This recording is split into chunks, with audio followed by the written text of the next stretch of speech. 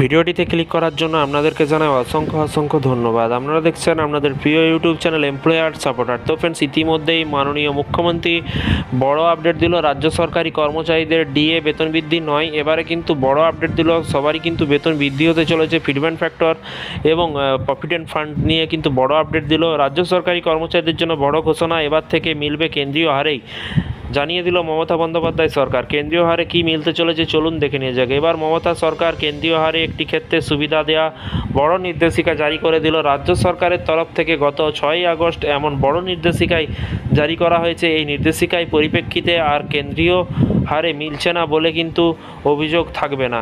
কেন্দ্র সরকারের তরফ থেকে যে হারে সরকারি কর্মচারীদের দেওয়া ঘোষণা হয়েছে, সেই হারে কিন্তু রাজ্য সরকারি কর্মচারীরাও পাবেন। এরই পাশাপাশি দেখুন বলা হয়েছে, ডিএ নিয়ে রাজ্য সরকারের সঙ্গে কেন্দ্র সরকারের যে ফারাক রয়েছে তা অবশ্য এখন কিন্তু মিটছে না। পশ্চিমবঙ্গ রাজ্য সরকারের অধীনে যে সকল রাজ্য সরকারি কর্মচারীরা রয়েছেন তারা কিন্তু বছরের পর বছর ধরে নিজেদের বিভিন্ন দাবি দাওয়া নিয়ে কিন্তু রাজ্য সরকারের বিরুদ্ধে বিভিন্ন সময় আন্দোলনের ডাক দিয়েছে। এই সকল রাজ্য সরকারি কর্মচারীদের কেন্দ্রীয় হারে ডিএ আদায়ের জন্য আজও আন্দোলন চলছে। তবে এবার একটি সুখবর এলো তাদের জন্য।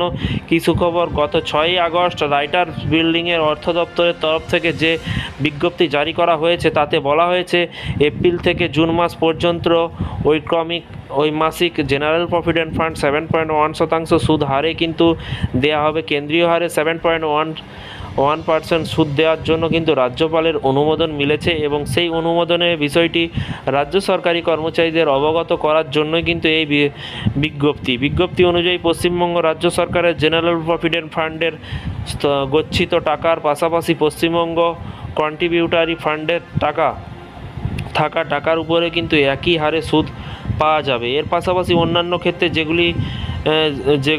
যেগুলিতে রাজ্য সরকার জিপিএফের সুদ দিয়ে থাকে সেগুলিতে কিন্তু 7.1% হারে সুদ পাওয়া যাবে। কেন্দ্র সরকার কেন্দ্রীয় অর্থ মন্ত্রকের তরফ থেকে গত কয়েকদিন আগেই কিন্তু জেনারেল প্রভিডেন্ট ফান্ডের ক্ষেত্রে কত সুদ পাওয়া যাবে সেই ঘোষণা করা হয়। এক্ষেত্রে কেন্দ্র